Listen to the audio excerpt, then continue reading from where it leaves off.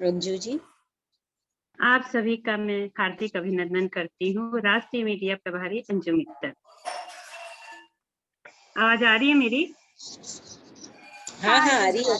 मरीजों को देखकर दूसरों का दिल कांप उठता है। मरीजों को देखकर दूसरों का दिल कांप उठता है। एक डॉक्टर ही की बस की बात है जो उनको संभालता है और कष्ट दूर करता है। और आज का हमारा वेबिनार खास इसी मकसद से है कि हम समय से पहले उस आने वाली बीमारी से बचाव अपना कर लें। डॉक्टर सिंधु नंदिनी जी साहू, सहज सरल व प्रतिभाशाली, सदैव दूसरों की सहायता के लिए तत्पर। आपका संक्षिप्त परिचय मैं पेश कर रही हूँ। आपने एमबीबीएस की डिग्री बिमसार बुर्ला से प्राप्त किया।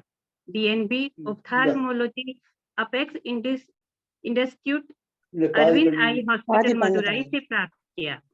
डीएनबी कंप्लीट करने के बाद आपने त्रिलोचन नेत्रालय से मेडिकल ऑफिसर के रूप में ज्वाइन किया। त्रिलोचन नेत्रालय उड़ीसा का सबसे हाई वॉल्यूम संस्था है जिसमें सालाना 20,000 सर्जरी होते हैं। Doctor Sindhu high volume cataract surgeon होने के साथ साथ त्रिलोचन नेत्रालय में डॉक्टर्स और पैरामेडिकल गर्ल्स को ट्रेनिंग पार्ट का भी देखती हैं। तो चलिए डॉक्टर साहिबा के ज्ञान का हम सब लाभ उठाते हैं। आपका बहुत बहुत स्वागत है डॉक्टर सिंधु जी। धन्यवाद मैम। अखिल भारतीय मारवाड़ी महिला सम्मेलन के सारे सदस्यों को मेरे नमस्ते। तो मेरे को जब सुशीला मैम बोले कि मेरे को ग्लोकोमा अवेयरनेस के बारे में कुछ बोलना है, तो ये टॉपिक ऐसे भी हमारे मतलब दिल के बहुत ही करीब है, क्योंकि हम लोग मानते हैं अगर कोई बीमारी लेकर हमारे पास आता है और उसको हम ट्रीटमेंट करते हैं, उससे ज्यादा बेहतर है कि वो बीमारी कैसे ना हो, वो हम समाज के लेवल में जाकर कम्युनिटी में अगर लोगों के बीच में सचेतनता हम फैला सकते हैं तो वो हमारे ज्यादा मतलब उसमें हमारा दायित्व ज्यादा बढ़ जाता है कि ताकि मतलब ऐसा सिचुएशन ना आए कि कोई पेशेंट आएगा और बोलेगा कि नहीं, मतलब अभी हम उसको बोले कि नहीं आप तो बहुत ही लेट कर दिए, अभी कुछ कर नहीं सकते हम लोग। तो ये चीज से बेहतर है कि वो लोग सचेतन हो जाए और वो अपने आप ही चलकर आए हमारे पास रूटीन चेकअप के लिए, फिर मतलब जिसके द्वारा हम उनके एडवांस्ड कोई बीमारी को हम बचा सकते हैं। और मैं जब त्रिलोचन नेत्रालय में ज्वाइन किया तो मेरे को ये डिफरेंस फील हुआ, क्योंकि मैं साउथ इंडिया से अरविंद आई हॉस्पिटल से जब मेरे पोस्ट ग्रेजुएशन कर रही थी तो वहां पर बहुत सारे पेशेंट ऐसे ही आते थे गर्मी के मौसम में जब छुट्टी होती थी। तो क्या हुआ, क्यों इतने भीड़ है, इतना ओपीडी क्यों रश है?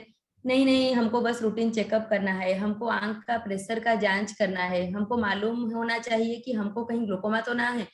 तो मैं जब इधर आकर देखा तो सिनेरियो जो था मतलब सिचुएशन पूरा ही उल्टा था।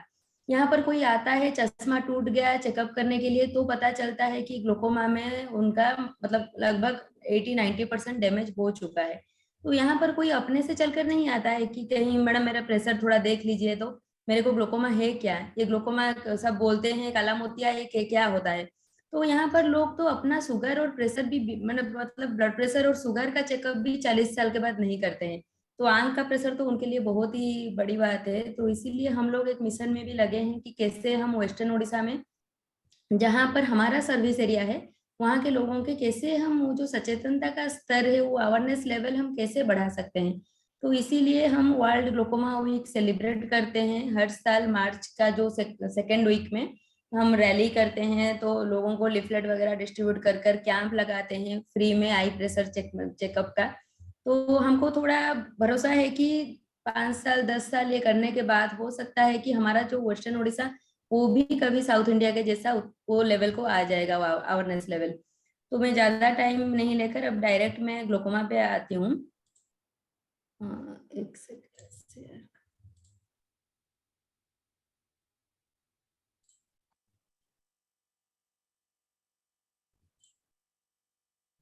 स्क्रीन दिख रहा है ना मैम? जी जी। तो पहले हम देखेंगे कि ग्लोकोमा क्या है, ये मतलब जानना क्यों जरूरी है कि एक डिजीज है, मतलब इतना सारा डिजीज है, हर डिजीज के बारे में तो हम पता नहीं लगाते हैं, तो फिर ग्लोकोमा के बारे में जानना क्यों जरूरी है। तो आइए देखते हैं ये डिजीज क्यों इतना मतलब डेंजरस है। तो ये हमारा पूरा विश्व में थर्ड कॉमन कॉज है अंधत्व का। जो अंधत्व का मुख्य कारण होता है ना, पहला कारण होता है मोतियाबिंदु, दूसरा होता है चश्मा का जो दृष्टि दोष होता है। बच्चे लोगों को चश्मा का पावर लगता है, माँ बाप को पता नहीं होता है, चेकअप नहीं कराते हैं, उनके उसके कारण जो अंधत्व उनका आता है, वो हमारा दूसरा कारण है। उसके बाद जो कारण है, तीसरा कारण, वो है हमारा ग्लोकोमा या फिर काला मोतिया। तो ये क्यों इतना डेंजरस है? क्योंकि ये जो डैमेज करता है, आंख को जो नुकसान करता है, वो इरिवर्सिबल है। इरिवर्सिबल मतलब वो हम जो भी कोशिश करें, जितना पैसा खर्चा किए, जो डैमेज हो गया हम उसको फिर से वापस नहीं ला सकते, हम उसको फिर से नॉर्मल आंख जैसा बना नहीं सकते। तो आदमी को पता नहीं होता है कि वो ग्लोकोमा में कितना आगे उसका आंख डैमेज हो चुका है। तो इसीलिए हम इसको साइलेंट किलर ऑफ साइट भी बोलते हैं। साइलेंट किलर मतलब जैसे ये स्लो पॉइजन जैसा हमारा साइट, हमारा जो दृष्टि रोशनी शक्ति है, उसको पूरा धीरे धीरे डैमेज कर लेता है। तो ये डिजीज क्या है? तो मैं सरल भाषा में समझाने की कोशिश करती हूँ। अगर किसी को कहीं पर भी डाउट होगा, प्लीज मेरे को वहां पर स्टॉप कर आप पूछ सकते हैं। तो ये हमारा आंख का, ये हमारा आंख है जो आप राउंड का देखते हैं ना, गोल का, ये हमारा आंख है। ये हमारा ब्रेन, हमारा सर का जो पीछे का भाग है। तो ये आंख को ब्रेन के साथ जो जुड़ रहा है, ये तार जैसा, इसको स्नायु है, इसको हम ऑप्टिक नर्व बोलते हैं, आंख का स्नायु। तो ये ही हमको मतलब हेल्प करता है कि हम, जिसके वजह से हम सब कुछ देख सकते हैं।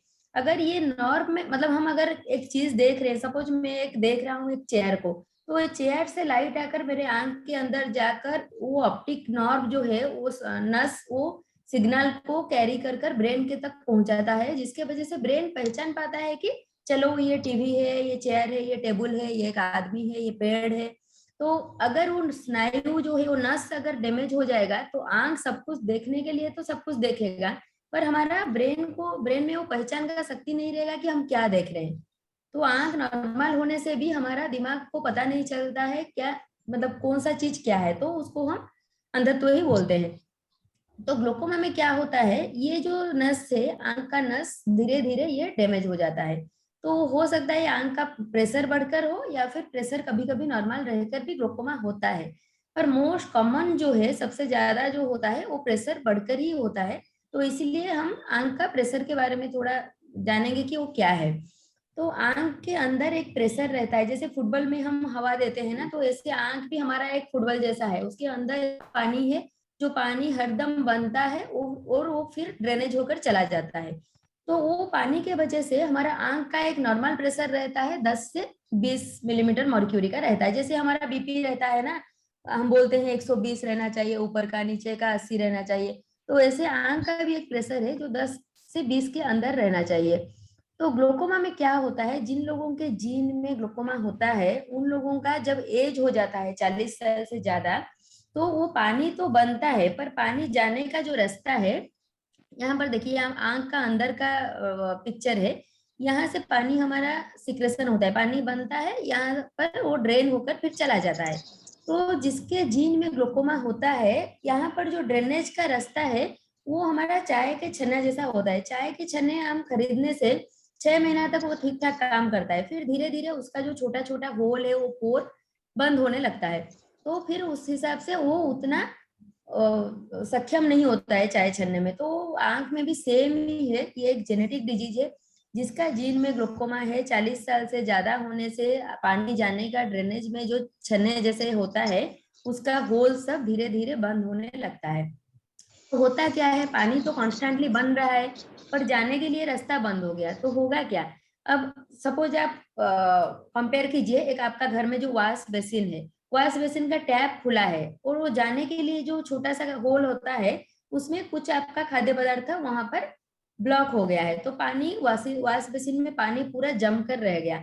तो स्लोली क्या होगा, वो जो ड्रेनेज पाइप है वो बेसिन का, वो ड्रेनेज पाइप पाइप के ऊपर प्रेशर डालकर धीरे धीरे वो पाइप स्लोली डैमेज हो जाएगा। तो आंख में भी सेम होता है, मतलब यहाँ पर जब पानी का अमाउंट बढ़ता है, पानी एक्यूमुलेट होकर, पानी जमा होकर आंख के प्रेशर धीरे धीरे बढ़ता है। ऐसे रातों रात प्रेशर नहीं बढ़ता है। आज अगर 10 से 20 रहना चाहिए, वो पेशेंट का प्रेशर 22 होगा, फिर 24 होगा, फिर 26 होगा। तो स्लोली स्लोली वो धीरे धीरे बढ़कर ये जो आंख का ये नर्व देख रहे हैं, जो आंख का नस में ऑप्टिक नर्व बोला था, तो ये नस को वो प्रेशर डालकर सुखा लेता है, धीरे धीरे नर्व पतला होना लगता है। तो ये नर्व का जो काम है, ये तो हमारा अहम पार्ट है देखने में। तो ये नर्व में धीरे धीरे जब पतला होता है, थिनिंग होता है, तो ग्लोकोमा का एक स्पेशल कैरेक्टर क्या है कि ये नर्व का डैमेज के वजह से हमारा रोशनी तुरंत, हमारा सामने का रोशनी नहीं चली जाती, इसमें हमारा साइड विजन स्लोली जाता है। साइड विजन का मतलब क्या है, देखिए मतलब अभी मैं आपको सीधा देख रही हूँ, फिर भी यहाँ पर कुछ है, यहाँ पर एक दीवार है, ऊपर फैन है, ये सब मेरे को ऐसे ऐसे मुंडी घुमाना नहीं पड़ता है, सर नहीं घुमा कर भी मैं ये सब चीज देख सकती हूँ। तो उसको हम बोलते हैं दृष्टि का क्षेत्र, विजुअल फील्ड। तो ग्लोकोमा में स्लोली वो जो साइड विजन है वो धीरे धीरे धीरे धीरे डैमेज होता जाता है, तो आदमी को पता भी नहीं चलेगा। अभी सपोज मेरा इतना देखना चाहिए, यहाँ पर एक पॉइंट मेरा अंधेरा हो गया, यहाँ पर एक पॉइंट नहीं दिख रहा है, तो वो मेरे को कैसे पता चलेगा? जब तक मेरा सेंट्रल विजन, सामने का विजन ठीक है, तो मेरे को तो पता ही नहीं चलेगा कि मेरा साइड विजन कितना डैमेज हुआ है।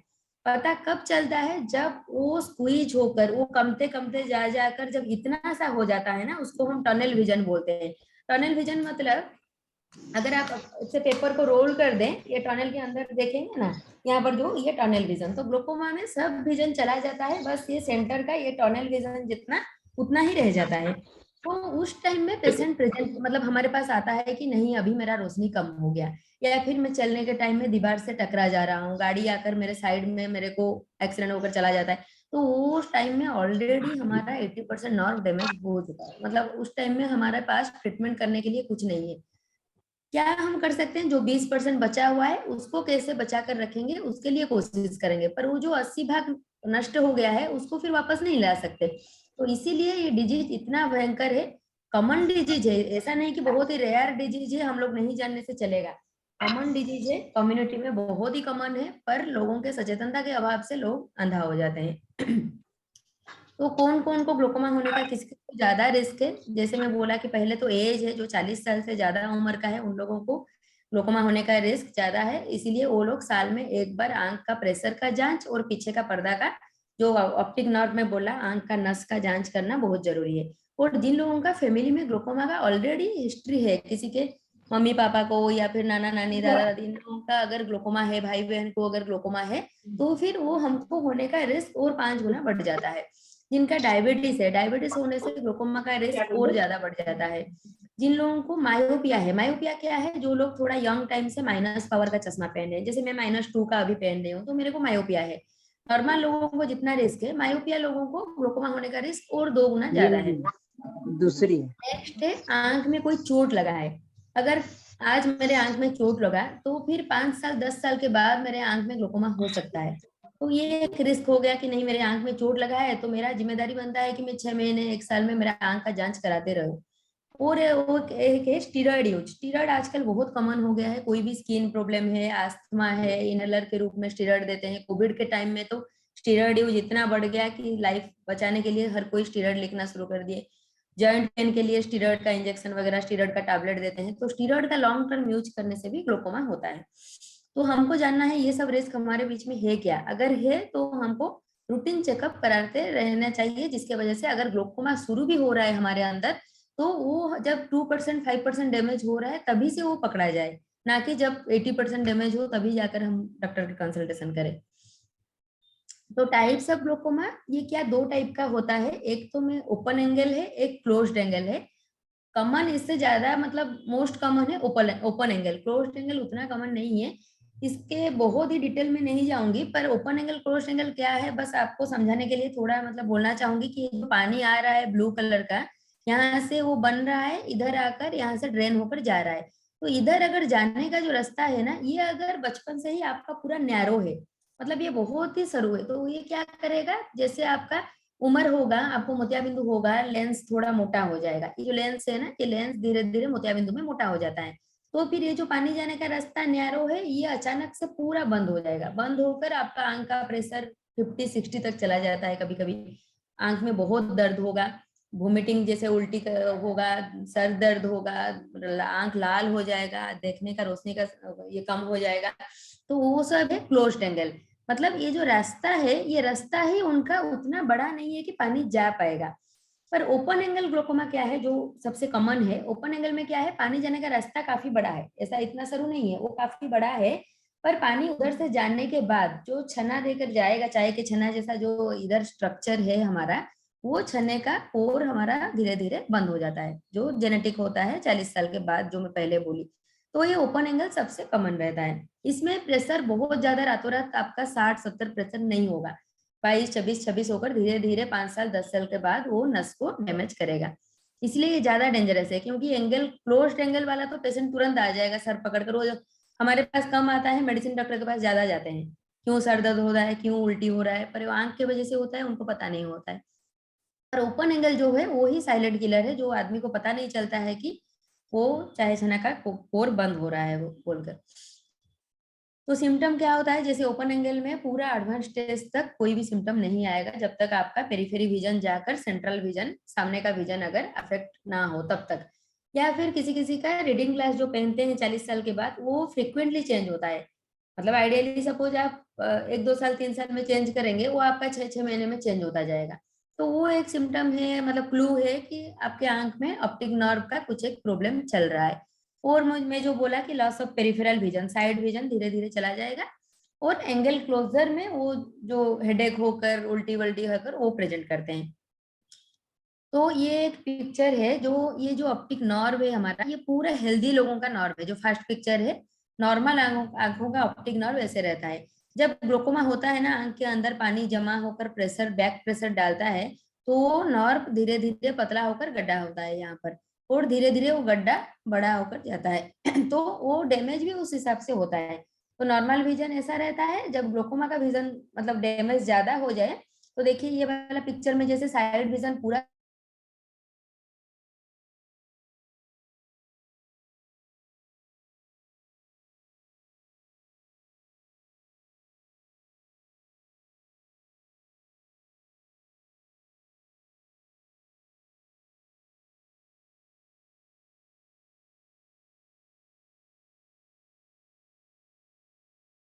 मापते हैं ना हाथ में कॉफ डालकर बीपी मशीन में, तो ऐसे हमारा आंख के लिए भी एक मशीन है, वो उससे हम आंख का प्रेशर जांच करते हैं। उसमें हमको पता चल जाता है कि नॉर्मल प्रेशर से वो आदमी का प्रेशर ज्यादा है या नॉर्मल रेंज में है। सेकंड क्या करते हैं, जो पानी जाने का रास्ता में बोला, वो रास्ता खुला है या नैरो है, जो मैं 2 टाइप का ग्लोकोमा बताया, उसको चिन्हित करने के लिए एक टेस्ट करते हैं, उसको गोनियोस्कोपी बोलते हैं। आंख में एक लेंस लगाकर देखते हैं पानी जाने का रास्ता खुला है या नहीं है।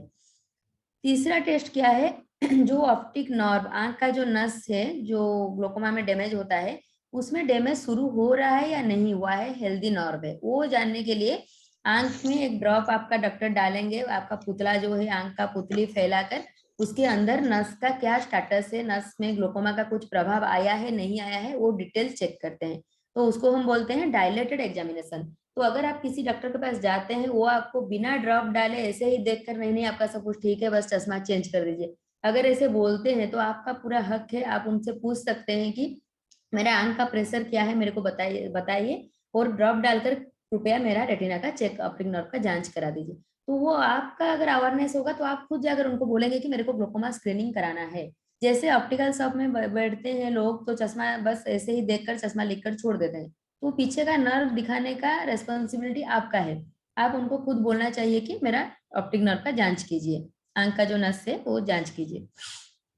और एक टेस्ट है, इसको हम फंडस फोटो बोलते हैं। फंडस फोटो मतलब हम जो आंख का नर्व का देखे ना, उसको हम डॉक्यूमेंट करने के लिए एक फोटो कैमरा में उठाकर रखते हैं। ये क्यों करते हैं, क्योंकि हम हर साल आपका चेक करेंगे, तो आज मैं देखी, नेक्स्ट ईयर आपको दूसरा कोई देखेगा, तो मैं क्या देखी थी वो तो मैं किसी को मतलब एक्सप्रेस नहीं कर पाऊंगी कि मैं क्या देखी थी, तो वो कैसे पता चलेगा। अगर मैं जो देखी उसको मैं एक कैमरा में फोटो के हिसाब से कैप्चर कर पाऊंगी, तो नेक्स्ट ईयर जो डॉक्टर देखेगा उसको पता चलेगा कि नहीं, पिछले साल डॉक्टर ये लिखा था, अभी का फाइंडिंग ये है, तो ये बंदा का स्टेबल है, जो था लास्ट साल में ये साल भी वैसा ही है। नहीं, लास्ट ईयर में उसका ऐसा था, पिछला साल, अभी उसका नर्व का जो डिजीज है वो प्रोग्रेस, वो बढ़ता जा रहा है, इसका मतलब उसका डिजीज डिटोरिएट हो रहा है, खराब की तरफ जा रहा है। तो वो डॉक्यूमेंटेशन होना बहुत जरूरी है, इसीलिए वो कैमरा में फोटो खींच कर हम रखते हैं। दूसरा है ऑप्टिक नर्व का स्कैनिंग। जैसे हम सीटी स्कैन करते हैं ना, सीटी स्कैन में क्या होता है, हमारा ब्रेन का पूरा लेयर लेयर लेयर लेयर उस स्कैन होता है एक एक लेयर में। तो ये भी सेम है, ये जो सेंटर में राउंड देख रहे हैं वही ऑप्टिक नर्व है, जिसका फोटो में पहले दिखाई थी। आंख का जो नस है जो ब्रेन को गया है, उसका वो पूरा लेयर वाइज वो स्कैनिंग कर लेगा कि ग्लोकोमा के वजह से कहाँ पर, यहाँ पर जैसे रेड कलर पिंक कलर दिख रहा है, ये वाला डैमेज ग्लोकोमा के वजह से शुरू हो रहा है। तो वो स्कैन करने से भी डॉक्टर को पता चल जाएगा कि ग्लोकोमा का कुछ आप में असर आ रहा है नहीं आ रहा है। तो ये तो हुआ कि आपका ऑप्टिक नर्व में आपका कुछ डैमेज आया क्या, पर वो अगर डैमेज है, उस डैमेज के कारण आपका जो विजुअल फील्ड जो दृष्टि क्षेत्र है उसमें कुछ इफेक्ट आया है क्या, वो कैसे जानेंगे? वो जानने के लिए एक जो महत्वपूर्ण टेस्ट है उसको हम बोलते हैं field test, visual field test. उसमें क्या करते हैं, एक कंप्यूटर जैसा होगा, आप सेंटर में एक लाइट को फोकस करेंगे, वो कंप्यूटर रैंडमली हर जगह पर लाइट छोड़ेगा। तो आपको एक बटन आपके हाथ में होगा जहां पर लाइट दिखेगा, आप प्रेस करेंगे। अगर लाइट कंप्यूटर छोड़ रहा है पर आप देख नहीं पा रहे हैं तो आप प्रेस नहीं करेंगे। तो जैसे ये वाला पेशेंट का ये पूरा इनका जो दृष्टि क्षेत्र है ना, इसका ऊपर का भाग पूरा चला गया है ग्लोकोमा के वजह से। तो ये सारा जो ब्लैक पॉइंट है, यहाँ पर लाइट तो कंप्यूटर डाल रहा है पर ये बंदा कुछ प्रेस नहीं कर रहा है क्योंकि इनको दिख नहीं रहा है। ग्लोकोमा की वजह से ऑलरेडी उनका दृष्टि क्षेत्र का 50% 40% डैमेज हो चुका है। तो ये एक महत्वपूर्ण टेस्ट है जिसको हम हर साल रिपीट करते हैं, जानने के लिए कि जो डैमेज था वो वही है या फिर डैमेज बढ़ता जा रहा है। क्योंकि हम मेडिसिन देते हैं आंख के प्रेशर कंट्रोल करने के लिए। अगर डैमेज सही है, जैसा था वैसा ही है, तो फिर हमारा मेडिसिन सही दिशा में जा रहा है।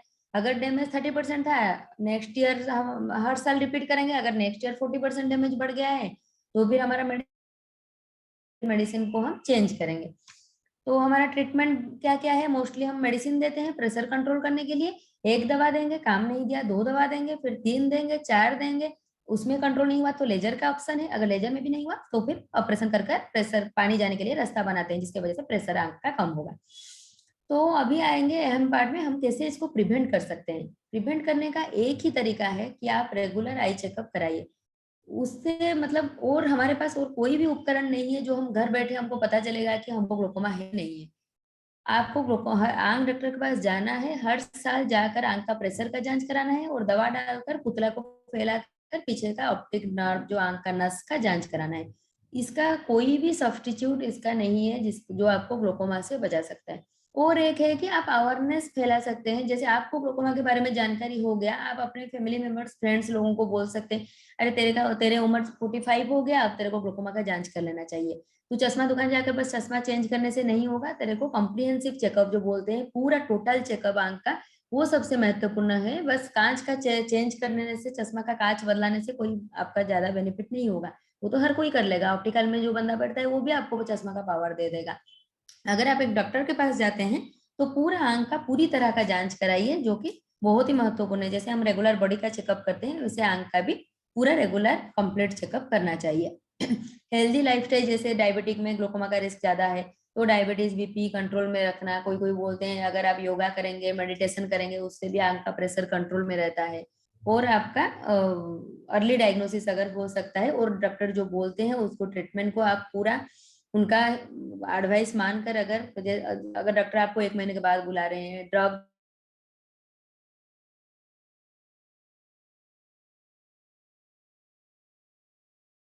में रखें, तो डैमेज जितना हुआ है, अगर 5% डैमेज हुआ है, आपका डायग्नोसिस हो गया तो ठीक है, कुछ मतलब इसमें टेंशन लेने का कोई नहीं है। ठीक है, लोगों को पता नहीं चलता है, 95% डैमेज में पता चलता है। तो मैं फॉर्चुनेट हूँ, लकी हूँ कि मेरा 5% डैमेज में पता चल गया। अब मेरा रिस्पॉन्सिबिलिटी है कि जो 95% नॉर्मल बचा हुआ है उसको मैं उम्र भर, लाइफ लॉन्ग, मेरा लास्ट ब्रेथ तक मैं उसको बचा कर रखूं।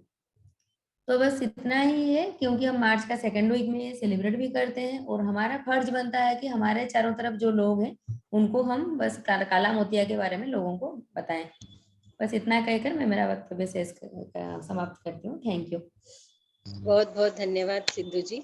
समुद्र जितने अथाह आपके गुणों में से हमें कुछ बूंदे मिली है, सहेज कर जरूर रखेंगे और जीवन में जरूर सीख लेंगे। आपका बहुत बहुत धन्यवाद सिद्धू जी। अब मैं आमंत्रित करना चाहती हूँ प्रीति जी कामदार को। उनका परिचय देने के लिए मैं